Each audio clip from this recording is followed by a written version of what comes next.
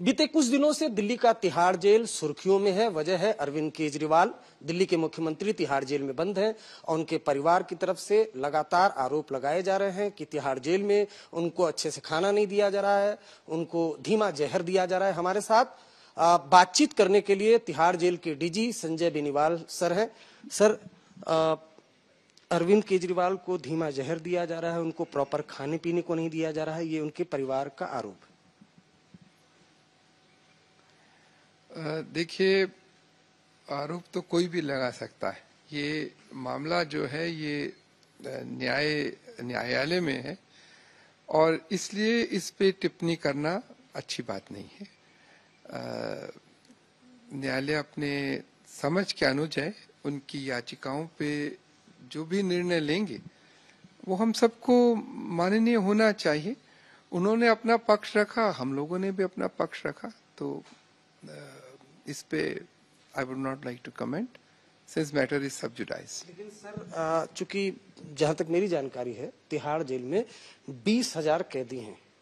अब एक शख्स पर अगर उसकी स्वास्थ्य पर सवाल उठाए जा रहे हैं कि बेहतर ट्रीटमेंट नहीं मिल रहा है, तो ये तो सीधे सीधे 20,000 कैदियों के जो परिवार हैं वो भी संशय में होंगे कि प्रॉपर ट्रीटमेंट। क्या तिहाड़ जेल सशक्त है? मैं एक बार फिर आपसे यही कहूंगा कि ये मैटर अबाउट एक पर्सन के लिए सब जुडाइस है, तो उस पे मैं कोई कमेंट नहीं करना चाहूंगा।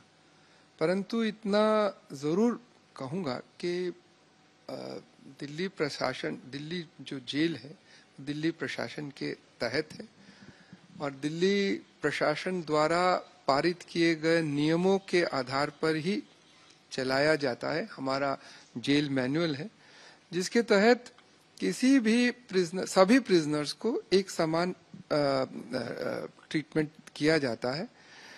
एक ही तरह के सभी के लिए कानून है, एक ही तरह की सुविधाएं हैं, उनमें कोई भेदभाव नहीं होता। मेरे पास 20,000 हैं कैदी। हर कैदी का अपना अलग बीमारियां भी होती हैं, स्वाभाविक है। उसमें हर तरह की हैं। किसी को आंख का ग्लाइकोमा की भी है, किसी को वेरिकोज वेन्स का भी है, किसी को आर्थराइटिस का भी है। आई हैव पूरा रेंज ऑफ है, तो उस कारण से यहाँ पे स्पेशलिस्ट करीब 90 डॉक्टर्स दिल्ली सरकार के ही सैंक्शन रहते हैं, जो सीनियर मेडिकल ऑफिसर्स होते हैं, 50 जिनकी 10 साल 15 साल की सर्विस भी होती है, वो देखते हैं। 120 बेडेड हॉस्पिटल है और इसके अलावा रेफरल हॉस्पिटल्स होते हैं, जैसे जिनका प्राथमिक या द्वितीय स्तरीय इलाज हम नहीं करा पाते तो उनको बगल के हॉस्पिटल्स में, जैसे तिहाड़ में डीडीयू है या एलएनजेपी है, आरएमएल है, एम्स है, सफदरजंग है, टीटीबी है, तो जितने भी सरकारी अस्पताल हैं वो हमारे रेफरल्स होते हैं। वहां से जैसे गायनेकोलॉजी का जो सर्जन जो भी एक्सपर्ट होते हैं वो आते हैं, ऑर्थोपेडिक्स के आते हैं, आई सर्जन आते हैं, कोई 2 हफ्ते में, कोई 1 हफ्ते में, जिस तरह की जरूरत है उस हिसाब से वे आते रहते हैं। और शायद आपको पता नहीं होगा, हर जेल में एक डिस्पेंसरी है जिसमें 8 से 10 bedded kind of in house भी होता है। किसी मरीज को तकलीफ भी होती है तो उसका वहाँ इलाज होता है, वहाँ नहीं तो फिर मेन हॉस्पिटल, उसके बाद फिर हम बाहर के अस्पतालों में भी जाते रहते हैं। बहुत सारे यहाँ पे चाहे कोई आम है चाहे कोई न आम है, किसी को दांत का दर्द होता है तो उस दांत की इलाज के लिए आरएमएल भी जाते हैं। किसी के दिल में ये वॉल्व का प्रॉब्लम है, तो मैं नाम नहीं ले रहा, परंतु आप सबको इल्म है, उनको आरएमएल भी ले आए जाते हैं। माफ करिए टोक रहा हूँ, शुगर पे नहीं बात कर रहे हैं आपकी। शुगर आजकल ज्यादा चर्चा में है कि आप न्यायिक व्यवस्था को नहीं, शुगर की बात ऐसी है। देखिए, मेरे पास करीब किसी भी समय 900 से 1000 इनमेट्स ऐसे होते हैं जिनको शुगर का प्रॉब्लम है ब्लड में, तो वो विभिन्न स्थिति में है। 250-300 तो ऐसे हैं जिनको कंटिन्यूअस इंसुलिन की भी जरूरत होती है। तो हमारे हर जेल में एक केमिस्ट शॉप होती है अंदर, सरकारी, जिसके केमिस्ट नियुक्त होते हैं। क्योंकि केमिस्ट की दवाई को मैनेज करने के लिए केमिस्ट होते हैं, तो वो बकायदा नियुक्त होते हैं ताकि किस दवाई को कितना स्टॉक करना है, किस तरह से स्टॉक करना है, और फिर इश्यू भी होते हैं। तो डॉक्टर ने जो दवाई दी मरीज को, तो केमिस्ट के यहाँ से फिर उनको दवाइयाँ उपलब्ध भी कराई जाती। तो हर जेल में इस तरह की दवाइयों का स्टॉक पूर्णता है। इंसुलिन है इंसुलिन भी है और दवाइयां भी हैं। लाइफ सेविंग और भी बहुत सारे ड्रग्स होते हैं, कोई लाइफ सेविंग नहीं भी होते, जैसे एनासिन है या आपका एंटीबायोटिक्स है। तो सब मैंने कहा ना, हमारे पास पूरी केमिस्ट की शॉप्स होती हैं जो फुली स्टॉक्ड होते हैं। सॉरी सर, टोक रहा हूँ। जब इंसुलिन है तो फिर इंसुलिन क्यों अरविंद केजरीवाल को नहीं दिया जा रहा है? परिवार तो आरोप लगा रहा है, कल यहाँ तिहाड़ पे धरना प्रदर्शन भी हुआ। देखिए, मैं पॉलिटिकल नहीं हूँ, इसलिए मुझे राजनीति से दूर रखें। मैं एक सरकारी अफसर हूँ, मैं अपने नियम कानून के अनुजय कार्य करते हैं। मेरा फर्ज है मेडिकल रहे, इनमेट्स की जो सेहत है उसके अनुजय जिस चीज की उन्हें आवश्यकता है वो यथासंभव उसको पहुंचाई जाए। अब दवाई ए देनी है, बी देनी है, कितनी देनी है, ये मैं डॉक्टर नहीं हूँ। हमारे यहाँ मैंने आपको जैसे इससे पहले भी बताया कि बहुत सारे डॉक्टर्स हैं, सारे स्पेशलिस्ट हैं, and you have to trust doctors. ये हमारे हिंदुस्तान के हमारे अपने डॉक्टर्स हैं। जब सब बीमारियों का वो इलाज 900 का कर सकते हैं, तो 950 का इलाज भी वे बखूबी कर सकते हैं। और बल्कि मैं तो ये भी कहूंगा, कई बारी इनमेट्स को बाहर जाने की इजाजत होती है, वो नहीं जाते, क्योंकि उनको आंख का ऑपरेशन या किस कराना होता है, तो उन्हें पता है यहाँ की सुविधाएं अच्छी हैं, बाहर जाने के बाद कौन देखेगा उनको, यहाँ तो उनको देखभाल का भी, फॉलोअप का भी आराम रहता है। तो ऐसे भी बहुत इंसिडेंसेस हैं। तो ये स्टंट डालना है जैसे किसी को, तो हम तो फिर भी, because I am duty bound, ये हमारे पास सॉवरन कस्टडी है, आप प्लीज इसको समझें। जुडिशियल कस्टडी सॉवरन है, ये भारत सरकार का वो है, ये जुडिशियल कस्टडी में। यहाँ पे आप भेदभाव या डिनायल नहीं हो सकता। आपकी ये फंडामेंटल अधिकार होते हैं। ये बाहर क्या बोलते हैं मुझे नहीं पता, मुझे मेरे कानूनों का इल्म है, मुझे मेरे कार्य का इल्म है, और मुझे उसे कैसे करना उसका इल्म है। I am not a politician, I don't want to enter into that. 37 साल आपको हो गए, अब 30 को आप रिटायर भी हो रहे हैं। 37 साल का लंबा कार्यकाल है आपका। अब सीधा सीधा एक तरीके से आप पर ही अटैक हो रहा है कि भाई खाना नहीं दिया जा रहा है, मनचाहा खाना नहीं दिया जा रहा है। कोर्ट्स की गाइडलाइंस है, जो कोर्ट का है, दवा खाना, तो क्या है? 37 साल की नौकरी जैसा आपने कहा बिल्कुल है। और विकट स्थितियां तो हमारे जिंदगी में 37 साल के लंबे सफर में आती हैं, आई हैं, सभी के आती हैं, कोई ऐसा नहीं मेरे में आई हैं, सभी के में आती हैं। और ईश्वर की दया से ट्रेनिंग शायद हम लोगों की ठीक होती है, वो समय के साथ वो निकल भी जाती है। तो ऐसा नहीं कि ये पहली बार, ये ठीक है, ये these are part of our life. और I will do what is right, I will do what is my duty.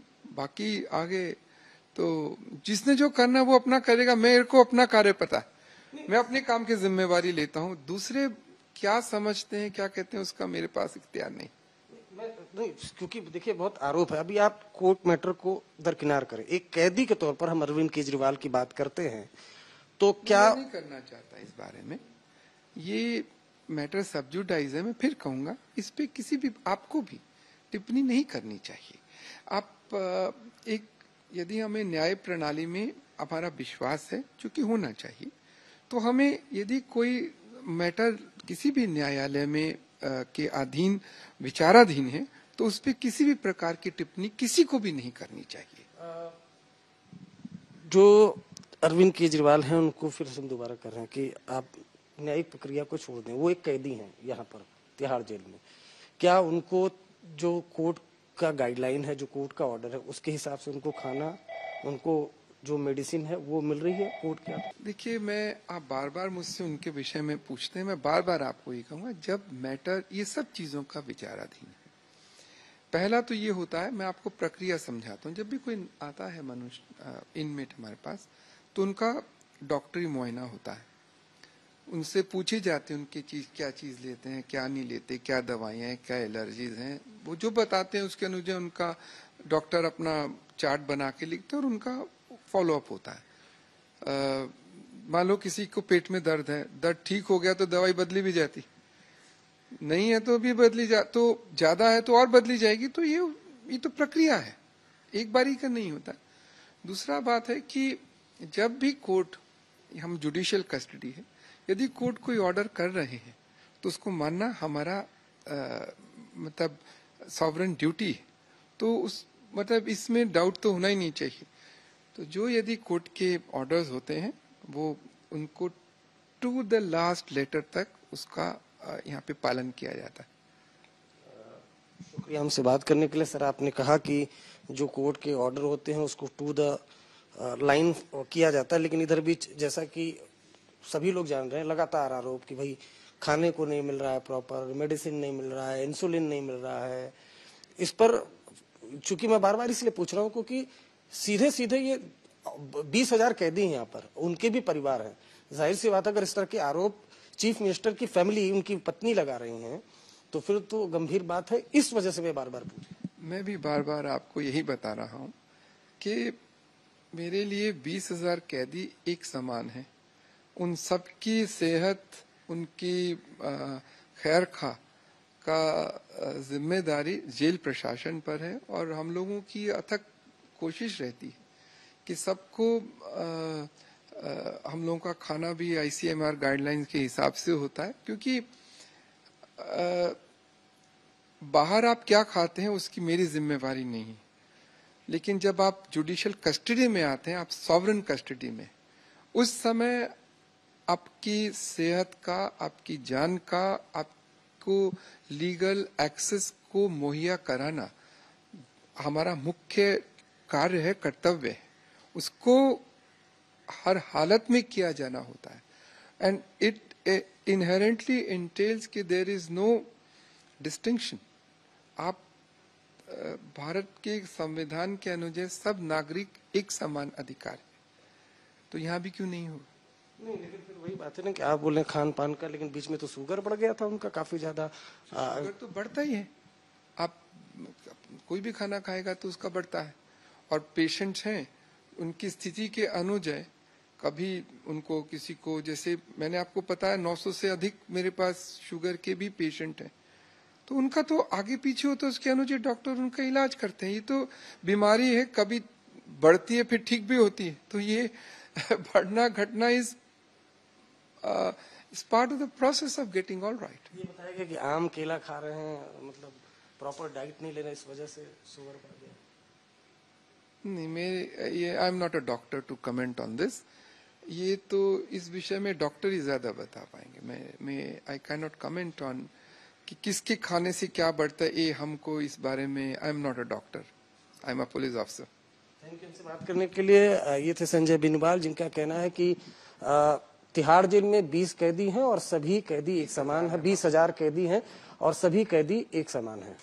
Sir, एक सवाल है कि जो जेल में परिजन हैं वो क्या किसी से मिल सकते हैं, पर्सनली उसको टच कर सकते हैं, छू सकते हैं, उनसे मिलने का कोई मतलब है नियम? नहीं, नियम तो नहीं है।